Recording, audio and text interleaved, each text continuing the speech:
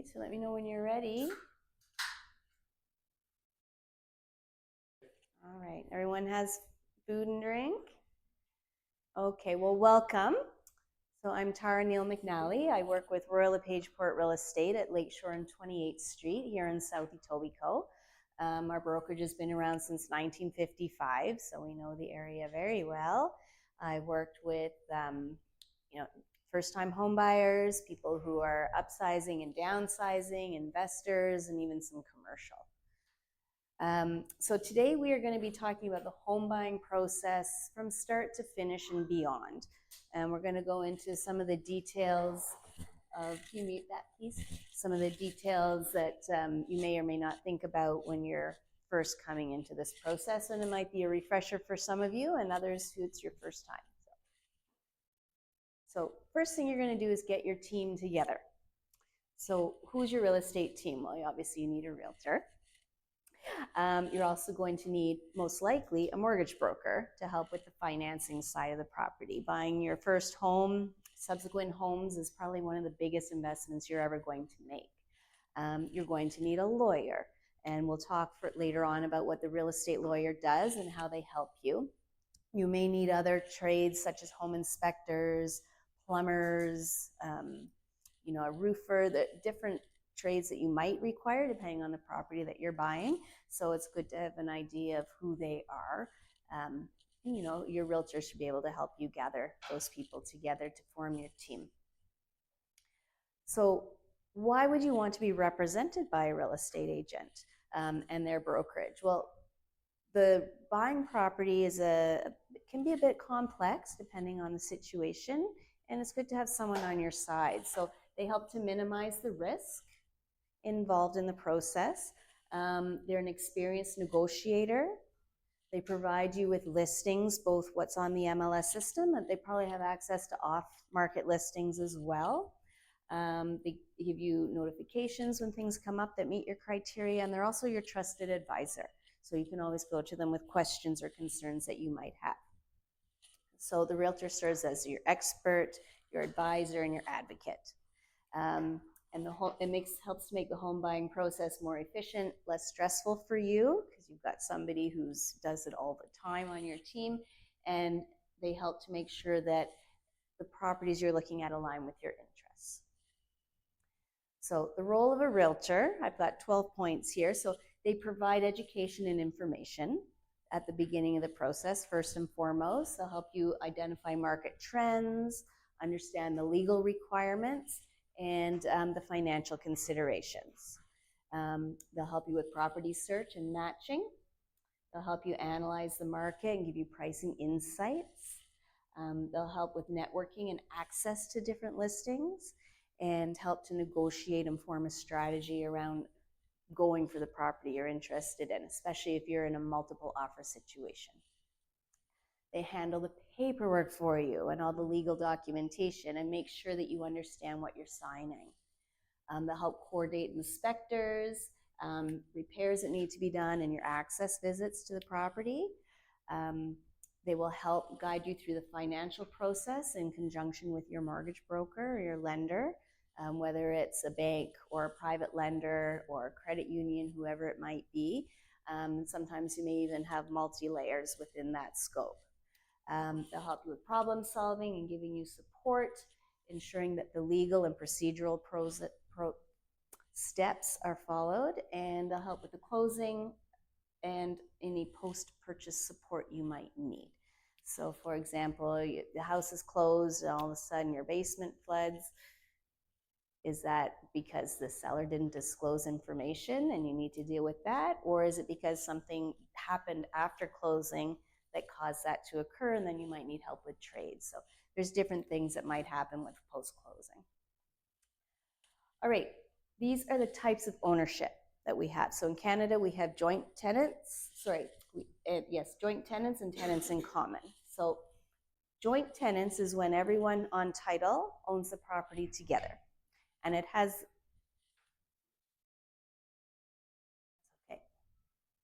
the right of survivorship. So if somebody on title passes away, the other people on title, one or more people, automatically own the property. So there's no probate to deal with, and there's no capital gains tax, assuming it's your primary residence.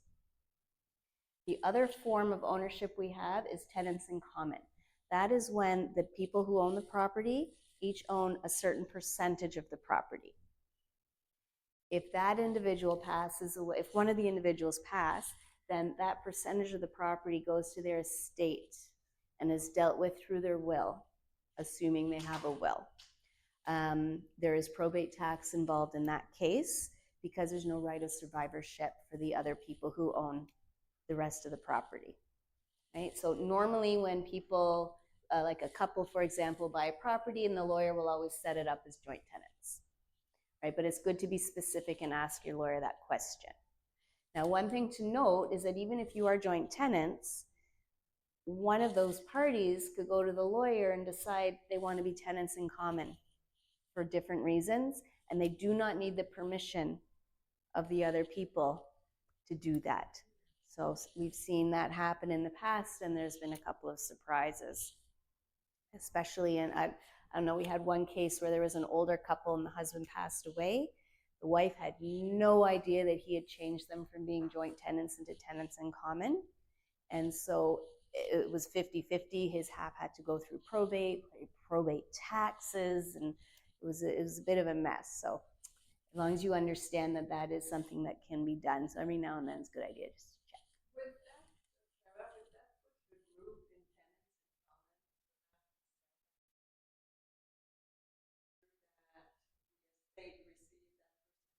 Yeah, so the question is if it is tenants in common, would they need to sell a house? Not necessarily. So if the person had their part in the will going to their spouse, it's really not an issue. If they have it going to someone else, like maybe their children or somebody else, the family can always contest the will in court, but it is a whole process to deal with. So maybe they'd have to sell the house, but not necessarily. It depends on the situation. Okay.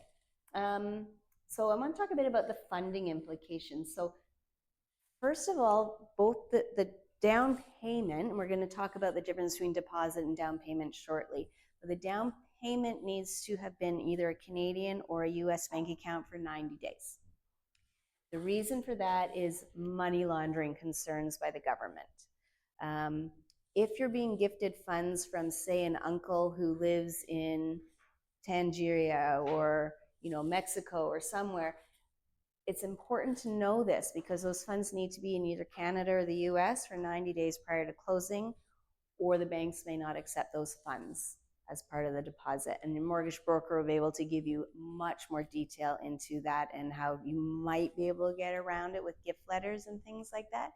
But just keep in mind that the funds should be in Canada or the US, traceable bank accounts for at least 90 days. And one thing I want to talk about here too is that for the down payment, if a family member or maybe a godparent or someone is providing funds to help with that down payment, but it's only coming for one of the purchasing party's side, that individual may, after closing, want to register a second mortgage on the property to protect those funds. No one likes to think about breakdown of relationships. When things are good, they're good, and when they're not, they're not. So that parent or whoever it is who's loaning, say they're giving $100,000 for a down payment, their intention is for it to be for their child, for example. So if there is a breakdown, the equity in the property gets split 50-50 between the two parties. So if it's a couple, for example. And then the bank gets paid out first from proceeds of the sale, and then any other lenders get paid out second, and whatever's left is what's split between the parties. So if the intent of that gift is for that individual's child, in this example, they would get it back and they can regift it to their child again. So it's just a way to protect the intention of the gift. Hopefully it never happens, but you can always register a second mortgage with 0% interest. Right, so there's options there. Oh, and I would also recommend that it is a second mortgage rather than co-ownership, in tenants in common, because once that property is sold, if the person who's given the money doesn't live there as their primary residence, now you have capital gains taxes to worry about. Okay, but if it's a 0% mortgage and it's the primary residence of the other couple, you don't need to deal with capital gains.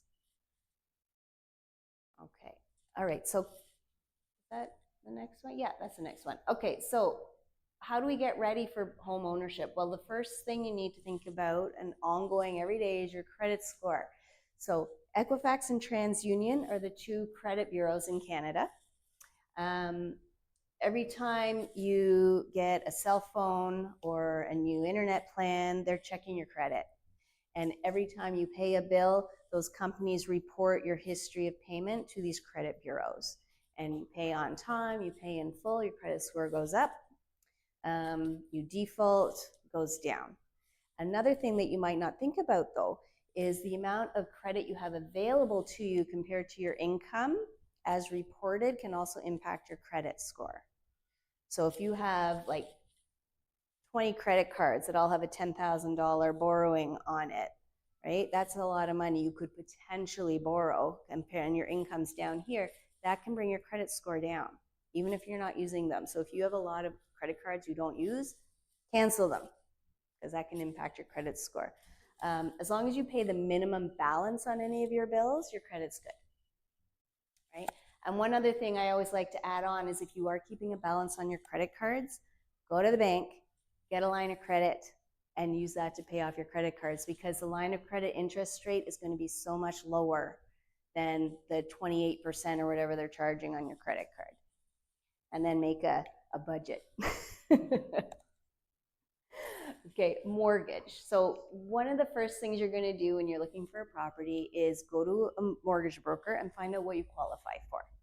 If you don't know what you could qualify for, you don't even know where to start, because you don't know what price point you can look at. You don't know if you're looking at a house or a condo.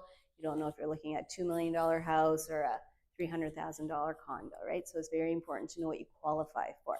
Now, remember, the mortgage is the amount you're borrowing.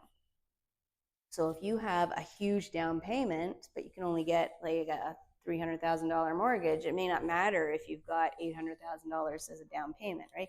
So remember, that is your borrowing power, and you need to make up the difference on the rest of the price. And there's different factors that the mortgage will, the banks will consider, whether it's a freehold or a condominium. And also, if you work with a mortgage broker, you can usually get a rate locked in for up to 90 days as well while you're looking. So at the moment, that might not be a benefit, but in the past, when rates were low and going up, big benefit, right? So something to keep in mind. All right, so some other sources of finances. So the First Home Savings Account, the FHSA, is something that came out, I think, about 2 years ago now. I really like this program. So if you're a first-time home buyer, this is great, because you can put $8,000 a year into this. It's the registered plan, up to a lifetime maximum of $40,000, with the intent that that's going to grow to give you money for your down payment. The reason I really like it is because it combines the benefits of the RSP and the TFSA. So like an RSP, on the way when you put money in, it lowers your income for the year, which reduces your taxes, just like an RSP. When you take it out, it's also tax-free, just like a TFSA. So a TFSA, you're putting in after-tax money, but when you take it out, it's not taxed. On the RSP, you put money in at the beginning, it reduces your income to reduce your taxes that year, but when you take it out of an RSP, you're taxed on it. Okay, so this is a nice program for first-time home buyers. It's pre-tax money effectively on the way in, and it's not taxed on the way out, as long as you're using it for your first home. Now, our RSPs, the Registered Retirement Savings Plan, which we've had in Canada for, I think, since the 70s, has a home buyer plan connected to it. That allows you to take out $35,000 from your RSP towards your down payment of your first house. However, you do need to repay it over 15 years, starting in year 2. Okay, but that's also available to people. All right, so here we're going to talk about the difference between the deposit and the down payment. Yes? The 5,000 and the 40 grand.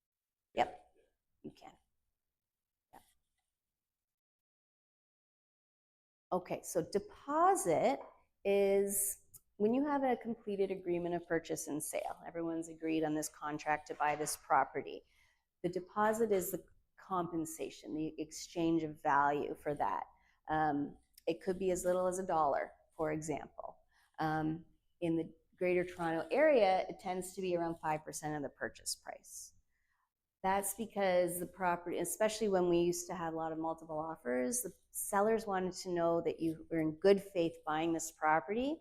A larger down payment showed you have the good, like the intention to follow through, but it also shows you've got the funds. So there have definitely been cases where we come to closing and, sorry, buyer couldn't get the funds, we can't close. Right? And that becomes a problem. And that's, I can talk about a whole other seminar on what happens in that situation, right? But the seller wants confidence that that's not going to happen, right? So usually it's around the 5%. Outside of Toronto, it can often be just even a couple $1,000, maybe $5,000 or something, right? But it's a show of good faith to bind the contract. It's due within 1 business day, unless otherwise stated in your agreement of purchase and sale. So if everyone signed off on a Friday, it's due on the Monday. If everyone signed off on Tuesday, it's due on Wednesday. Okay. Now, most conditions in your offer, and we'll get to conditions later on, usually are 3 to 5 business days. So you need to be aware that the deposit is due before your deal becomes firm. If you have, say, a 3-day conditional period to get a home inspection done, right? That's due within 3 business days, but your deposit is due in 1 business day. Okay, so it's held in the listing brokerage's trust account. It's insured up to $200,000. It was $100,000 until about 6 months ago. Yeah. Yeah, they're a whole other ballgame. Yeah. Well, the pre-construction ones, they're going to have their own deposit structure, right? So quite often it's like so much money up front, and then it'll be like another 2%, and then another 2%, right? Usually end up paying at least 5%. Usually it's more like 10 within a 2-year period, and then God knows when it's going to close, right? Because I would expect at least a year delay whenever they say, right? But pardon me? Mm-hmm. For the deposit?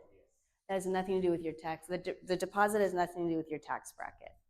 It only has to do with the property and the value of the property. So when I'm saying 5% of the value of the property, it's based on whatever that dollar value you agreed to pay, multiply that by 5%. That's what I'm referring to, right? And that's just sort of typical in the Toronto area. It doesn't mean you have to give 5%, right? I mean, like I said, it could be $1. It's the 5% is more traditionally what we see in the bigger cities. Outside of the cities, it's often less than 5%.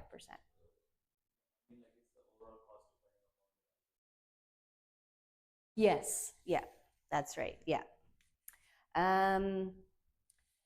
Okay, and so yeah, so I talked about it being due within 1 business day, and that's usually before any conditions are waived. So let's see what happens if you have a home inspection condition and they found a really big problem and you decided not to go through with the sale. We have very specific wording in our clauses that allow you to make that decision as the buyer, and that's up to your discretion, so you can get out of it. But there's only 3 ways to get money out of the trust account. Either a deal closes, everyone signs a mutual release, or there's a court order to release the funds, right? So if you have a very carefully worded clause in your agreement saying that you can get out if you don't like the home inspection report, that forces the seller to sign off on a mutual release, and then you get your funds back. Okay, usually without interest and without deduction. So down payment, so yeah, so we talked about deposit, and then the down payment we've talked about as well. The down payment is the amount you need to pay to make up the difference from the money coming from your lender. Okay, so the lawyer will do a calculation called a statement of adjustments that's going to include any little bits back and forth that are owed to each other. Like for example, if the home seller has paid a full year of property taxes up front, they'll calculate your portion of the property tax based on the closing date, and you would be reimbursing the seller for that on the statement of adjustments. And the other way around too. Say they haven't paid any property taxes yet, right? And then they would owe you money to pay that amount. So that's an example of this, what's on the statement of adjustments. Your deposit that you already paid will be taken into account on the statement of adjustments. Okay, and then the lawyer, and we'll get into a little more detail about what the lawyer does regarding that, but they will tell you how much you need to provide to them, which is effectively the down payment. Okay, but you'll have a sense of that already, right? If you decide you're going to put 20% down, it's going to be approximately 20% of the property, right? With some tweaks here and there for these other little expenses. But remember, it needs to be in Canada for a certain length of time for the money laundering rules. And there's some extra requirements regarding gifts of money and gift letters, right? But again, your mortgage broker will go into that in more detail. All right, so other expenses that you're going to have is the land transfer tax. So in Ontario, we have the provincial land transfer tax, and this is the calculation based on the price of the property. So it goes up in bands. So you'll see if your property's under $55,000, maybe a parking spot, it's going to be 0.5%. And then anything between 55 and 250 is 1%. And so it keeps going up. Okay, so it's only that 0.5% on the first 55,000. Take that off the table. Then you go the amount between 55,000 and 250, then gets 1% applied. Okay, move that over. So it's not like adding all this up, right? It's each of these sections get this percentage applied to it, and then they add it up. So that's the calculation. Toronto, which is not Mississauga, not Vaughan, Toronto proper, has a municipal land transfer tax as well. Okay, so you're almost paying a double land transfer tax when you buy in Toronto. You do, however, as a first-time home buyer, you're eligible for a rebate. Okay, so you're pretty much, with our prices these days, are going to get the maximum rebate. So if you're buying in Toronto, you're going to get $8,475 back. If you're buying outside of Toronto, you're going to get $4,000 back. This is all dealt with the lawyer at closing. So they take care of this for you. So you never actually pay that rebate. The amount you get rebated, you're not paying it up front. You're getting it deducted automatically from what you need to pay. Okay? I'm not sure I got the Ontario versus Yeah. sell my house. This is if you're buying. Oh, if you're Sellers buying. do not pay this. Okay. Yeah, land transfer tax is only for the buyer, not for the seller. Yeah. Thank you for asking that question. Okay, so lawyer fees. So I recommend you budget between $2,500 and $3,500 for your lawyer. They're going to charge you for the work that they do. They are going to charge you for the title search fees because they're going to check title about 2 weeks prior to closing to make sure that there's no liens on the property or other unexpected things that you're going to be adopting when you buy the house. There's government registration fees, there's an administration fee in Toronto, and that's going to vary depending on where you buy. And then there's other disbursements. There might be courier fees, printing fees, different things like that. So that's an expense you need to budget for as well. You've got to budget for your moving expenses. Are you hiring movers for the full service package, or is you're getting a U-Haul truck and your buddy's coming over, right? And you're DIYing it. So you need to understand those costs. And of course, you have ongoing expenses. So utilities. Utilities are the responsibility of the buyer on the date of closing. Okay? Insurance. You need to have your home insurance set up, and that needs to start on the day of closing. Okay? I also recommend the sellers keep it one extra day as well, so there's an overlap, although technically they can have it end at 12:01 a.m. on the day of closing if they wanted to, but might as well keep it one extra day for contingencies, right? Especially if you're still moving things out that day, because at least you have your liability coverage in case someone breaks their back. You're going to have property taxes to consider, maintenance and repairs. So if you're buying a condo, you have a regular maintenance fee to pay. if you have a house, you need to take care of that on your own, right? So understanding how many more years are left in the roof and what's that going to cost? How many more years are left in the furnace and what's that going to cost? And then start to build your reserve fund so you can cover those expenses. Maybe you've got, a GIC somewhere, or you have at least mentally allocated part of your stock portfolio to be, okay, when the furnace goes, we're going to sell this and pay for that, right? So, but understanding those expenses are there, approximately how many years it's going to be till you need to face that, and then budget for that. It's really important. Then we get into the paperwork. Lots of paperwork. The first thing I want to talk about is we have this new RICO information guide. This came out on December the 1st of 2023. So we had a lot of changes happen on that date. It's a 12-page document, so I'm not going to go through it in any sort of detail, but it talks about what it means to work with a real estate agent and their brokerage, what it would mean if you were a self-represented party and you're representing yourself, and the dangers or risks associated with that. It talks about what multiple representation is, which we have a lot less of now. Prior to December 1st of last year, we had one type of representation. We had brokerage representation, which meant that if I was your realtor, everyone in my brokerage also represented you. So if I was helping, say, you guys buy a property and someone else in my brokerage was selling it, we'd be in multiple representation, even if I'd never even met this person before, because we're still under the same brokerage umbrella. Now we have brokerage representation and designated representation. So I can be your designated representative, and then I'm the only realtor in my brokerage that represents your interests. Okay? It also has changed the discussions at our company meetings, because now we can't share particular information with each other in case they end up being on the other side, because your information is confidential and private to our relationship and your side of the transaction. And I can't no longer share things with the others that I may have before to get advice or what's happening, because they might use that against you in a different transaction from their side, right? So it's really changed how things work in the office. But they brought this in because there's some brokerages that have multiple satellite offices, and some of these agents wouldn't even know they're in multiple representation until you sat down at the table and went, oh, we're in multiple representation. We have all this extra paperwork we need to do now, right? So that's why they brought in designated representation. So all of that's discussed in this guide.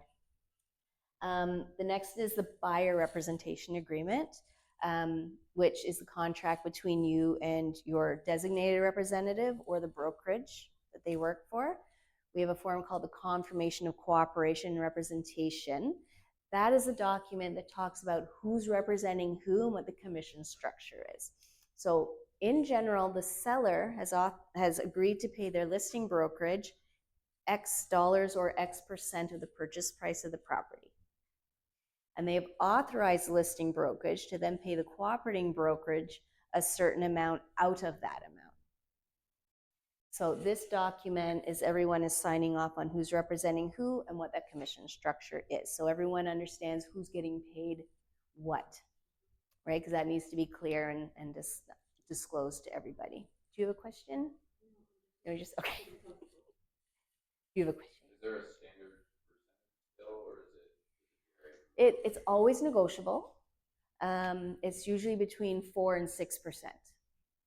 Right? And it depends on the level of service being provided, right? Like if someone's just going in and taking photos on their cell phone and sticking it on the MLS and not doing anything else other than fielding a few phone calls, I would like that's a lower expectation. Whereas someone's bringing like a professional photographer, they're doing drone photography, they're publishing in newspapers and high-end magazines, like especially for the luxury homes where they're publishing it out in the US and in China and different places, then it's going to be a higher commission, right? Because there's a lot more services going along with that. So it depends on the contract you have. Now, something else that's actually new as of December 1st is both the tenant and buyer representation agreements and the seller representation agreements. They all need to have an appendix that lists out the services we're now providing. right? So everyone agrees to what the services are and there's no surprises, right? Before it was just people would talk about it, but it wasn't necessarily written into the contract. Now it must by law be written into the contract, right? Then we get to the actual agreement of purchase and sale. So we'll get into more detail on that as well, but that's the contract between you and the seller on buying the property. Notice of fulfillment, or sorry, schedules. So schedules will contain clauses and conditions and any other items that you want documented in the contract. So a clause could be that broken down camper in the back of the backyard needs to be gone prior to closing, right? Conditions could be I need the home inspection done, or I need to get my financing approved, right? Those would be conditions. So then after that, we have notice of fulfillment or waivers, and those are both used to remove the conditions. They're very similar, but different in that a notice of fulfillment says that that condition has been fulfilled. The waiver means you're just taking it out. So whether it's been fulfilled or not is irrelevant in a waiver. So I usually use the waiver, but they effectively do the same thing. Okay, so for example, say you had a financing condition and we're on day 5 and the condition's due today. And your mortgage broker is like 99.9% sure you're going to get it. The bank just needs, the back office needs another day or 2 to finalize things. You may feel comfortable waiving that condition to firm up the deal, even though you haven't technically officially received your financing yet. Right, an example. Amendments, so if there's any changes, they all need to be in writing and signed and dated. It could be extending your closing date, right? It could be shortening your closing date. It could be that you've decided that you really want that chandelier and you're willing to pay them $100 for it or something. Or it could be that the home inspection report found some big problems and you're willing to close, but you want them to take $20,000 off the price of the property, right? All of those things would be in an amendment. These 2 forms here, you will never see. They're done in the back office for money laundering purposes, but I just wanted you to be aware that they're done. So the individual identification information record, which is kept at the brokerage, and that's going to have your ID written on it and a risk assessment. The receipt of funds, when you provide the deposit, at some point your real estate agent is going to ask you which bank did that come from, what type of account, and what's the account number. So we put that on this form. We keep it for 7 years, and if the right government agency comes knocking, we have to hand it over to them, but otherwise we just keep it on file. Okay? All right, so finding the right home. This is kind of the fun part. So first of all, you need to understand your price point, right? And then what neighborhood do you want to be in? Obviously, very important factor. And what's important to you within that neighborhood? So it could be safety, it could be where the schools are, proximity to family and friends, or transportation, right? So there's different things that might be important to you that aren't necessarily important to somebody else, right? You might want to have a dog and want to be able to walk to the park, or make sure there's a playground for your children, different things like that. You also want to think about your current and your future needs in a house. Because ideally, when you buy real estate, you want to try and hold it for 10 years, right? Real estate rule of thumb doubles every 10 years. People who buy and sell quite quickly, sometimes you make money, but sometimes you don't, right? People who bought in 2022 in the spring have probably at this point lost money. So if they're selling in 2 years, you know, they're not doing so well. But if they hold it for those 10 years, they're definitely going to make money, right? So think of it in terms of a 10-year minimum holding period if you can. I mean, life changes, right? Sometimes people might get a job overseas, or who knows, right? Life changes, but make it a plan to try and hold it for 10 years. So you want to know what your future needs are as well, right? So what are your must-haves and must-not-haves in a property, and what are your wants versus your needs? And we also want to, you know, always consider the resale value of the property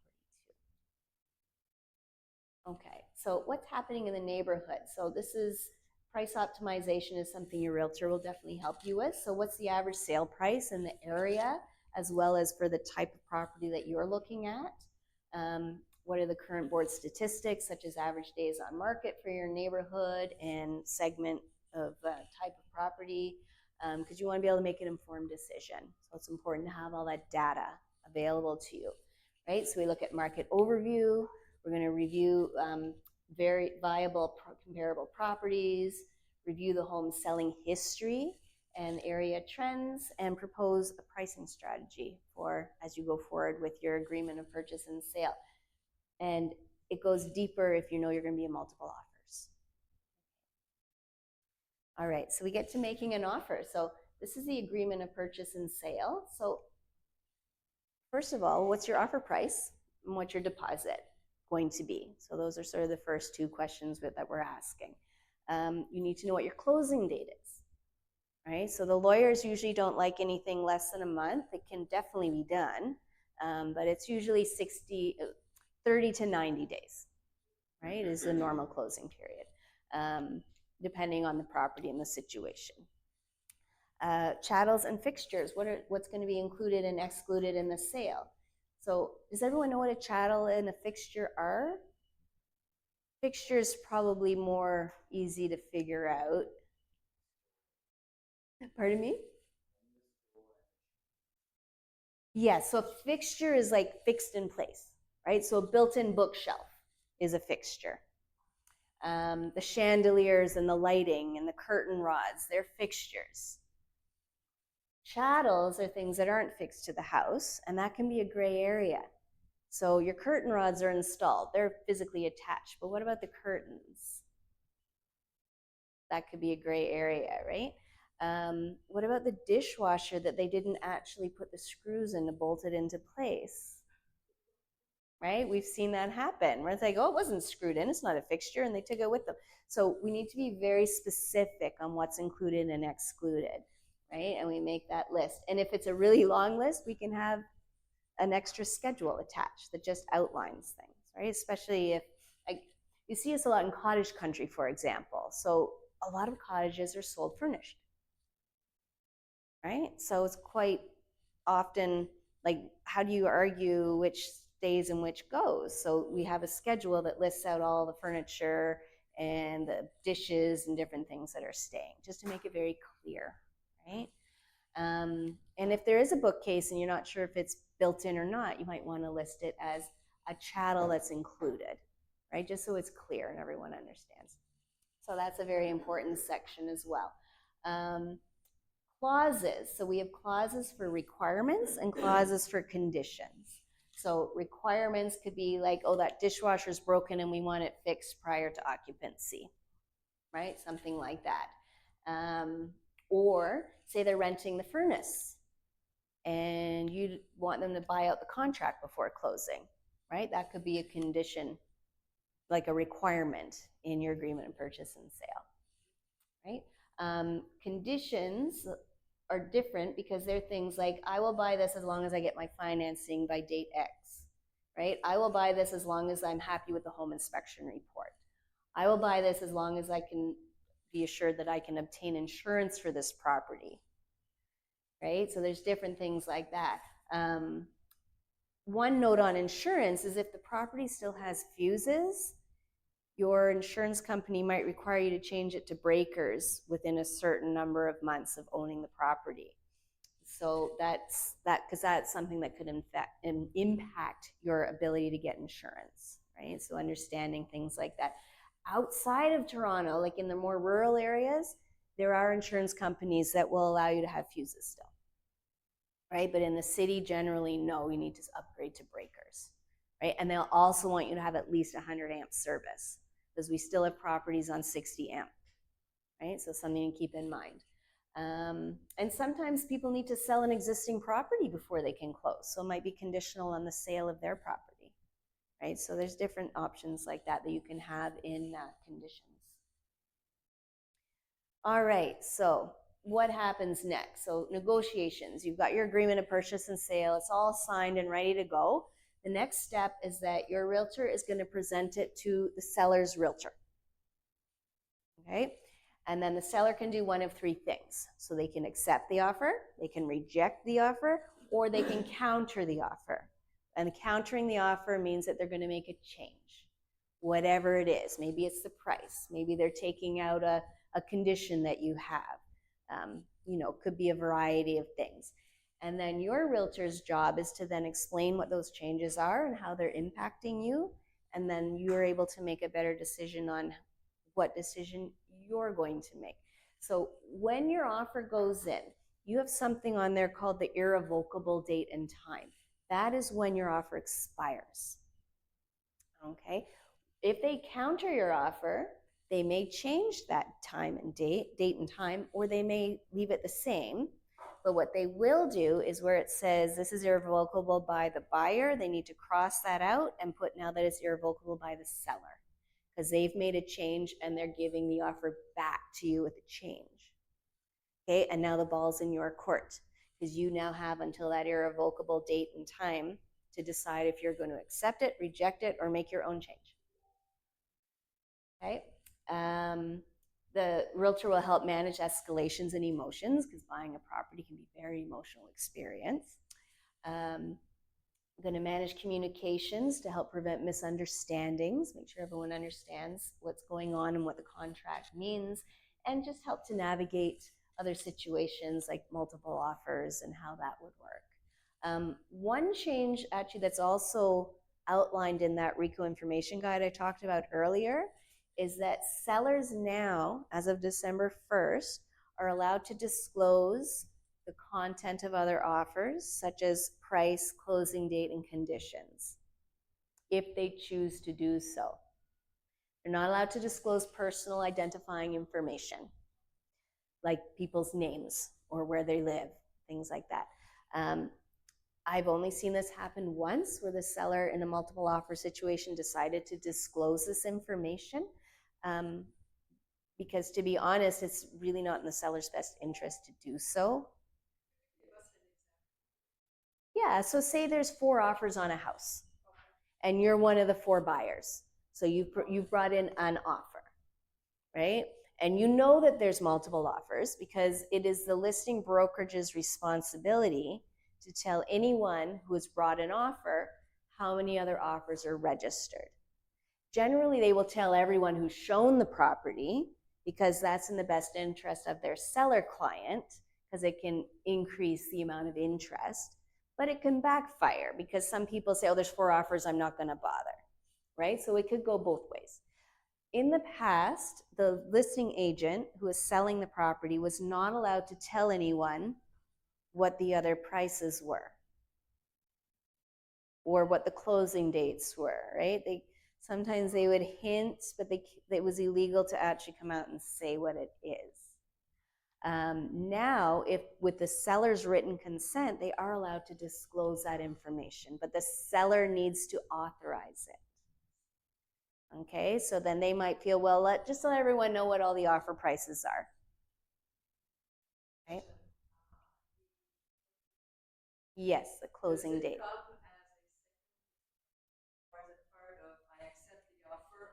Here is the closing date, by the way. So the closing date is on the agreement of purchase and sale. It's on the first page down near the bottom.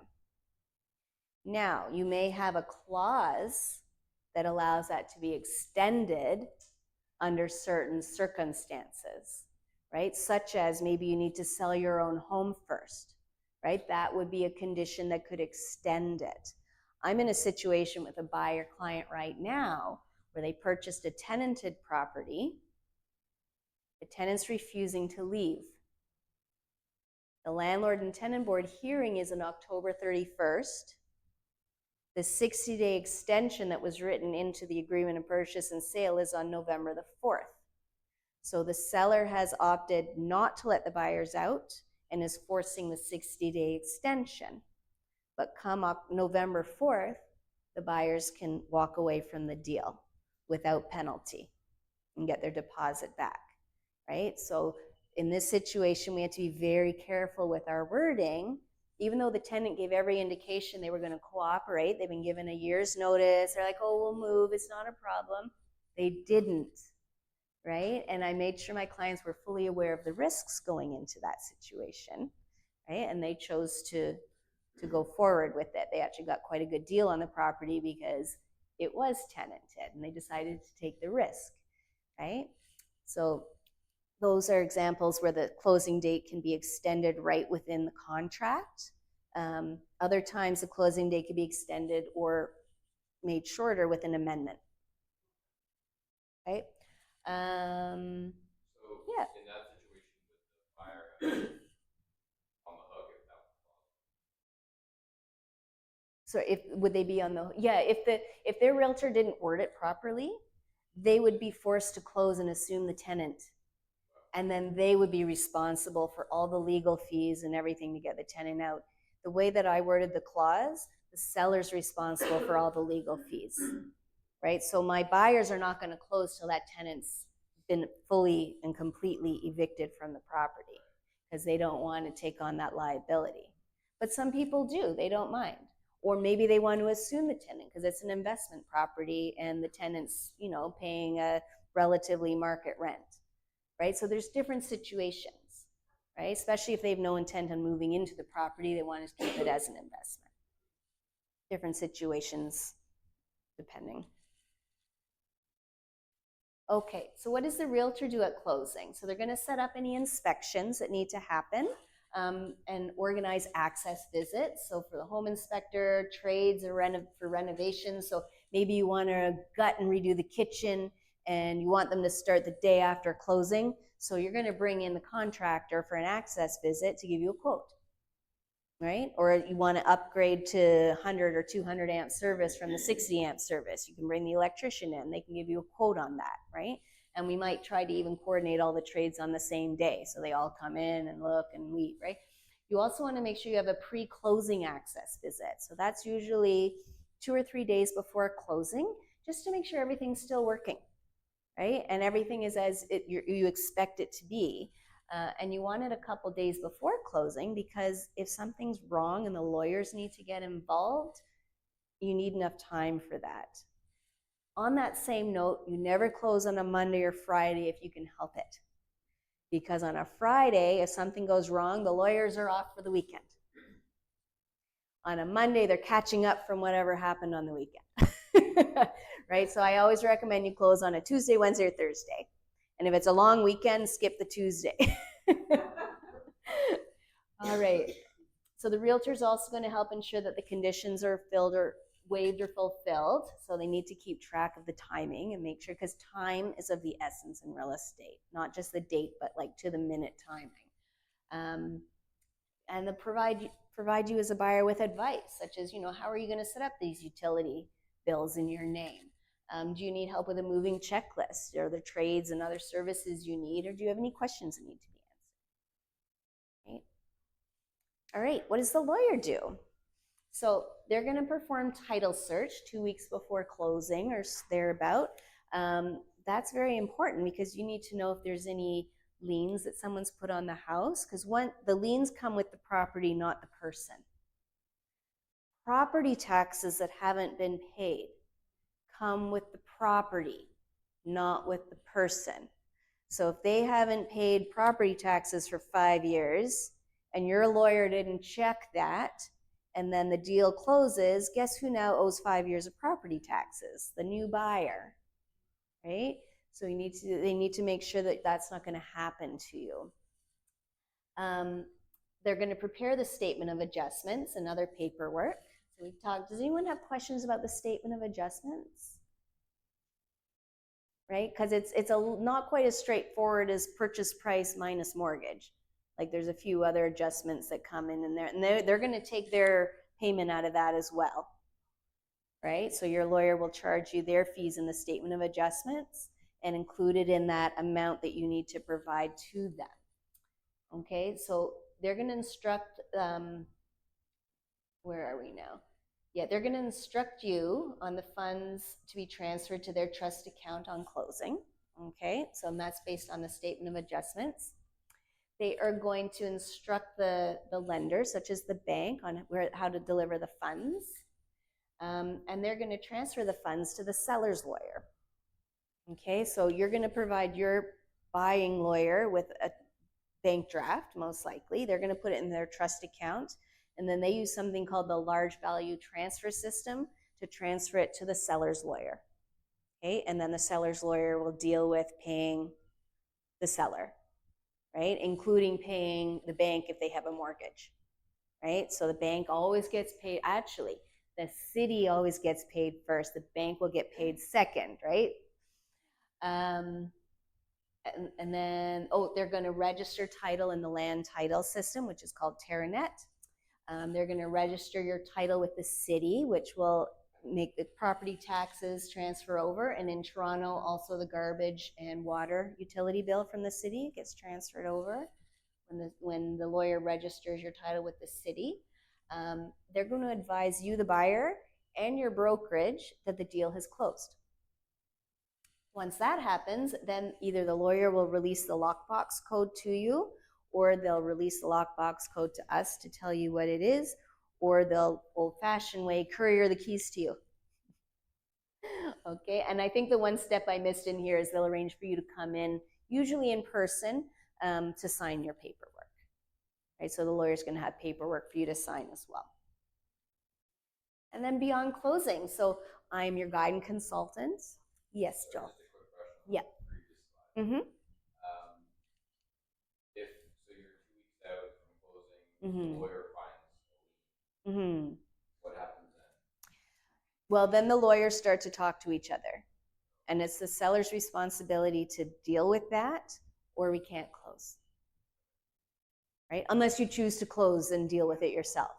Right? But yeah, so the lawyers start to talk. That's why they need at least 2 weeks.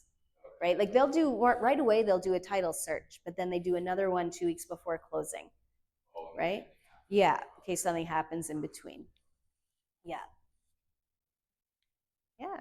And then, I'm here to answer questions, help you with rebate programs. Enbridge has extra programs on right now for heat pumps and things like that. And there's government incentives for, putting solar on your roof and different things like that. So I can help you with that kind of research, and city bylaws, boundary issues. Those are all questions that I can either help you with or put you in the right direction for. Right? And that's it. What about access visits? Is there an unusual number of access visits? Usually, I always put in 3, unless it's a property that needs a lot of work, and then we might put in like 5. Right? Because, if it's a real fixer-upper and you're going to need to get a lot of trades in, you may need more access visits. You may only need 1 if it's a really good high-end property, but I usually put 3 in regardless, because you never know. And sometimes it could be you just want your whole family to come and look at the house. Right? Like there's different options. Any other questions? I'm going to ask you a Okay. since you must have run into this. Mm-hmm. Let's say that I'm selling my house. Mm-hmm. Sale to purchase. Mm-hmm. The house closes, let's say, my house closes, let's say at the end of October, Mm-hmm. but in mid-November only. Okay. What's the bank usually? In that situation, it's fine because you've received the funds for your house at close before you need to pay them on the new house. Okay, When the situations revert, yeah. So you own the new house and your current house at the same time because your house that you're selling hasn't closed yet. So then you have something called bridge financing. So the bank essentially gives you a short-term loan for that amount at a prescribed rate. It's usually pretty good because they know you're selling, right? And you just need maybe a few days or at most, they don't like to go more than a week, right? But bridge financing is what that is called. And they will help you cover that cost until the other property closes. No. Now, if the property doesn't close on time, there can be repercussions the lawyers have to deal with. So 2 summers ago, I had a client who had bridge financing, and she was downsizing. So she sold her house, bought a condo. The house closed a day late because the buyer's bank didn't get the money in by about 4:45, which then allows the lawyers 15 minutes to transfer the funds before everything shuts at 5 o'clock. So that meant she had an extra day of bridge financing to pay. So the lawyers decided that the buyer would pay for that because it was their bank that caused the delay. So sometimes there's things like that that need to come into consideration, because otherwise the seller, to no fault of her own, was paying an extra day of interest, which isn't necessarily a small amount, right? So Who pays for the home inspection? it depends. So quite often, if I'm listing a property, for example, I will pay for the home inspector as a pre-list home inspection service to my clients. Because I think when you're selling a property, it's really good idea for two main reasons to have a home inspection report. One is there's no surprises. So if there's something that you didn't know was wrong, you can choose to either have it fixed before it goes on the market or just disclose it that it's an issue. It also reduces your liability, because there's issues, they come up, and you can say to the person who bought the house, well, we did a home inspection report, right? So it does that. As the buyer, if they don't have one, it depends on the situation, right? Sometimes the realtor will cover it, sometimes the buyer will cover it. Sometimes the buyer will cover it, but then when it closes and that realtor gets paid, they'll reimburse the buyer, right? So there's different scenarios. It depends what you guys have all talked about and agreed to, right? And that should be in writing as well.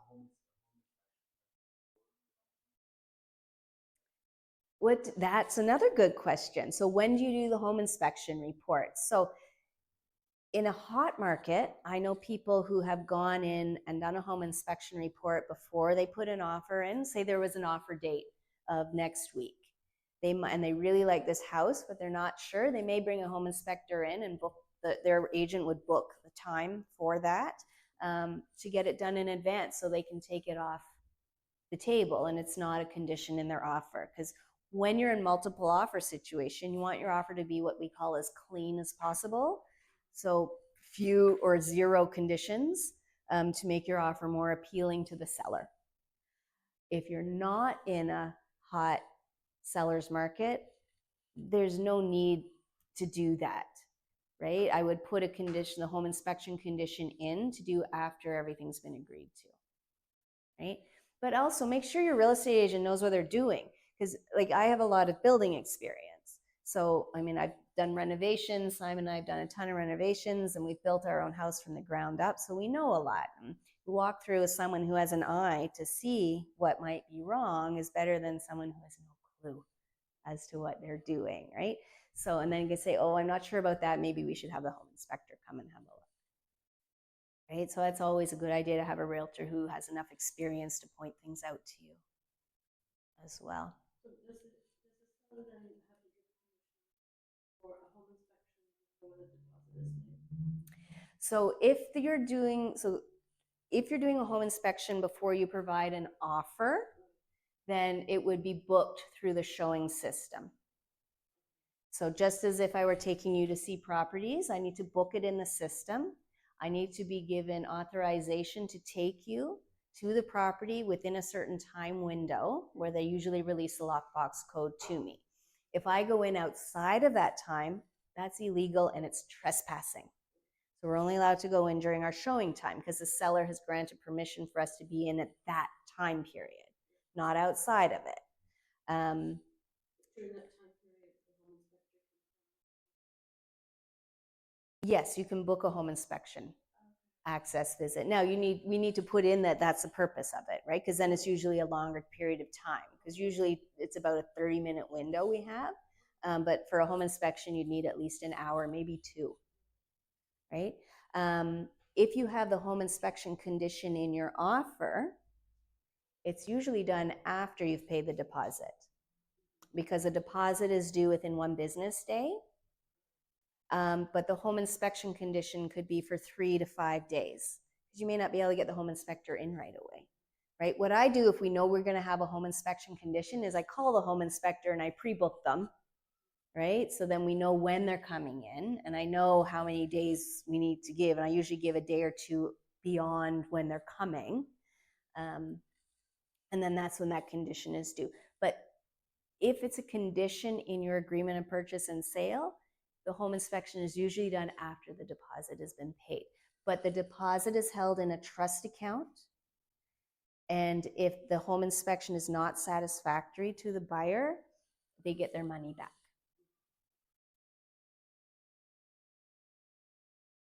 For example,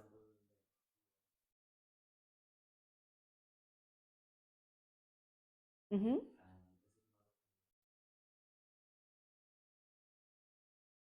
how do you know if it's not? So if there's a mortgage on it, the seller's lawyer is responsible to take the funds from your lawyer and pay the mortgage holder first. Yeah. So it's not leading to the buyer. No. I mean, if any, we have had situations where they owe more money on the house than the house is worth. That can lead to issues, right? And that's something that your realtor should be looking into, especially if you're representing that seller, because that listing brokerage has promised, for example, a certain commission to a cooperating brokerage. But if there's no money to pay that, that can be a problem, right? But it's really, as the buyer, it's not your problem, right? You've purchased this property, you've paid for it. They need to deal with the other repercussions of money that they owe. So the mortgage is in the person's name. That doesn't go with the house. But property taxes do go with the house. Liens go with the house, but not the mortgage. Because they don't own the property anymore, right? So they can't mortgage it, right? Yeah. Also, the lawyer asks the trust account.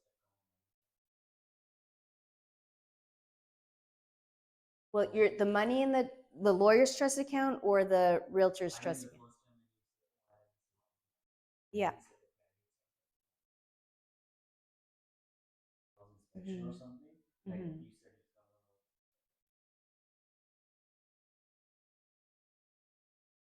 No, you're talking about the deposit in the trust Yes. account? Yeah, you can't touch that. I mean, only the lawyer. The lawyer can't touch that either. So it's held in the listing brokerage's trust account. The lawyer, so on closing, and it's independent of any extra payments for home inspections or anything like that. On closing, the lawyer will give an instruction to the listing brokerage on whether they need to provide the funds directly to the seller or to the buyer or to the lawyers, depending on the situation and where the money balances out, right? Or it could be that it's sufficient to cover the commission and then they keep that and pay the realtors accordingly. If it's insufficient, then the lawyer needs to add money to that from the sale, and then the funds get dispersed to the brokerage and the realtors involved. So just so you know the process, the listing brokerage pays their own realtor, whatever their percentage is on their contract agreed to, right? The brokerage almost always keeps a percentage of the commission, and then the realtor gets a percentage. The listing brokerage pays the cooperating brokerage. The cooperating brokerage then pays the realtor, depending on the contract for their split. Yeah, so sorry, I think I misunderstood your question at the beginning, but I got it now. Any other questions? Yes. What happens if there's a builder, some builders selling property and they ask for only for 2 to 5% down payment, Yep. but 3 to 5 years for closing they go bankrupt? What happened to the down payment of the? That is a very good question, and it is a difficult one to answer because it depends on the builder's contract with you. So usually what I see is the builder goes bankrupt, another builder will take over the project. But what they usually do is now tell all those people who bought into it, there's a new price point for your unit because they can no longer build at that price you paid 5 years ago, especially now because inflation's gone crazy, right? So they can't possibly build it for that amount anymore. And with all of the levies that the city's putting on builders for development charges, they've all gone up and up and up. So usually they'll say, okay, Miss Purchaser, you can keep your claim to this unit, your right to this unit that we're going to build, but you need to add this much money to your purchase price. Will you take it or will you walk away? If you pay the extra money, you still have a right to that unit within the condo development. If you walk away, they can sell it to someone else at the new price. So they just Do you get your money back? It depends. So it's really important to read your contract, right? It depends. Usually you'll get it back with no interest, but not always. And if their price will go higher, you can still keep it and then. If you agree to the new price, then yeah, you can keep your right to it. Because remember, you don't own it. When it's pre-construction, you don't own it. Even when the builder starts to allow occupancy, you don't own it. You own the right to that unit, right? And you're paying the builder a fee monthly for occupancy.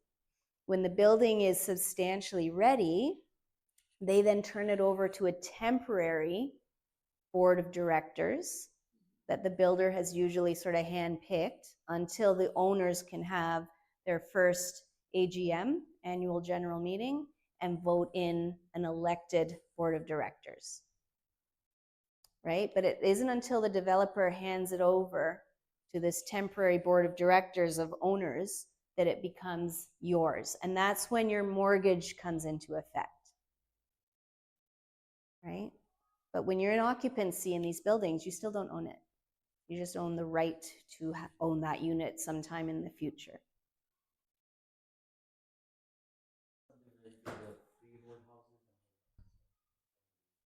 Sorry, no. Yeah.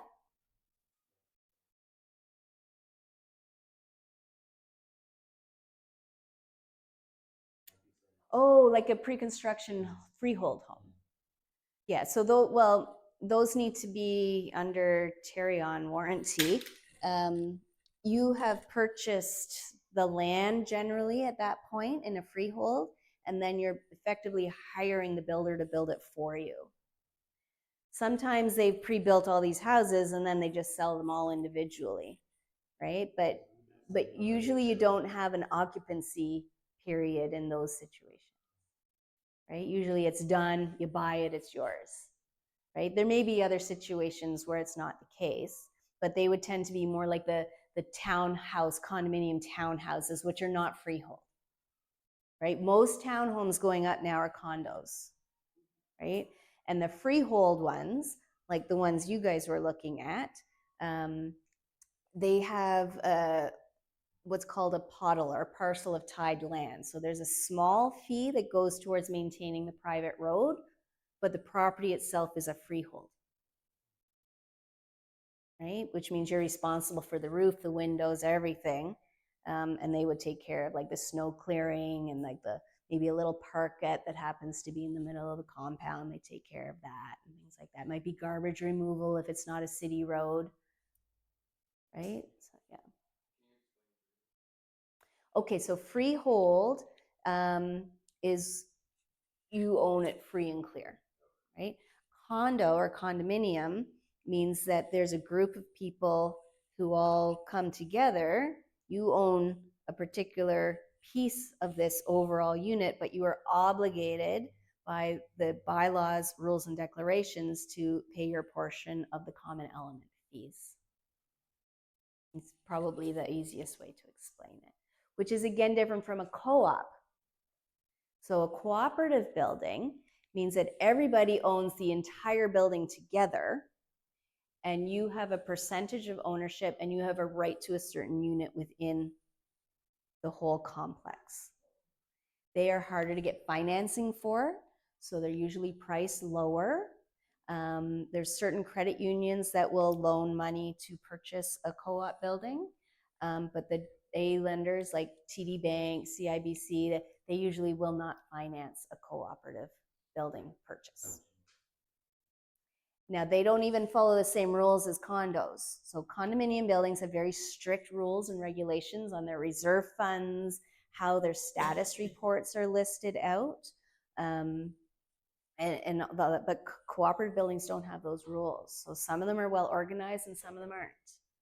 So it's really important to look at their engineering studies, if they even have one, to check and see. So for example, on Lakeshore, not far from here, there's 2 buildings south of Lakeshore that are in very bad state regarding their reserve fund, and they've got $30 million worth of work they need to do in the next little while. Oh, it's cheaper. But I would stay away from that because you as now part owner are responsible to help pay for all of these expenses that are coming up, right? Oh, it's cheaper. But there's other cooperative buildings that have been very well run and they're fine, but you need to pay extra attention to those buildings and what state they're in. It's still important to do it in a condominium building too, right? You want to look at their reserve fund and how they've been maintaining the building over the years, and are the elevators falling apart? Is the underground parking falling down on your head? Like, you need to, it's really important to check all those things out. And what is their 30-year plan for maintenance? And is the maintenance fee that's coming in from all the owners every month sufficient to build that reserve fund to pay for those things? And have they applied an appropriate inflation rate, right? Because you can't use today's dollars, you need to use tomorrow's dollars. So you need to project that out, right? So it's all very important considerations. You know what you're buying and what you might be walking into, minimizing your risks, right? Any other questions? All right, well, I guess we're done. Thank you. Thank you for coming.